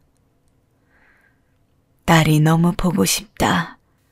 엄마가 배운 게 없어서 아무것도 못해준 우리 딸. 그래도 혼자 잘 커서 잘 살고 있는 것을 보면 마음이 참으로 뿌듯하다. 딸이 어렸을 때 내가 글씨를 가르쳐달라고 했었다. 하지만 딸은 글씨를 가르쳐주기 싫었던 것 같다. 지금 생각해보면 너무 미안하다. 내가 못 배웠다는 게 처음으로 원망스러웠다. 우리 딸은 너무 잘 잘 자라주었다. 그 먼 서울에서도 혼자 꿋꿋이 살아가고 있는 게 너무 대견하다. 내 딸은 내게 가장 자랑스럽지만 나는 딸에게 자랑스러운 엄마가 아니다. 그러니 다음 생이라는 것이 있다면 내 딸은 다른 엄마를 만났으면 좋겠다. 글씨를 이쁘게 쓰는 것은 어렵다. 나중에 글씨를 이쁘게 쓰게 된다면 그때는 딸에게 편지를 쓸 거다. 조금만 더 한글을 공부하면 편지를 쓸 수 있을 것 같다. 그때가 되면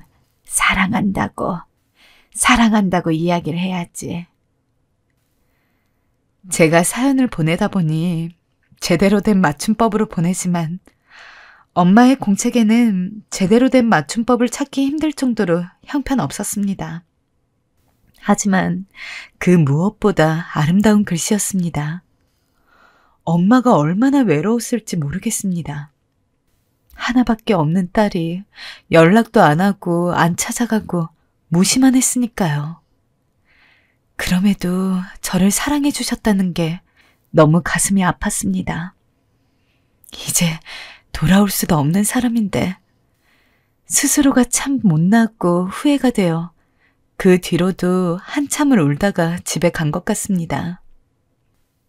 곧 엄마의 기일이 다가오는데 오랜만에 엄마가 쓴 공책을 펼쳐보았습니다.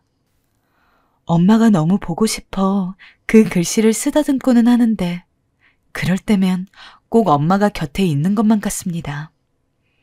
비록 살아계실 때 잘 못해드린 불효자식이지만 남은 인생이라도 평생 엄마 그리워하며 죄송하다고 속죄하며 살려고 합니다.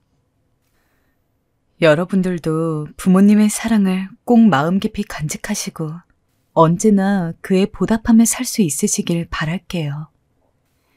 지금 제게 가슴에 한이자 가장 후회되는 것은 바로 엄마에게 사랑한다고 말 한마디 하지 못한 것, 사랑을 표현하지 못한 것이니까요. 지금까지 사연 들어주셔서 감사합니다.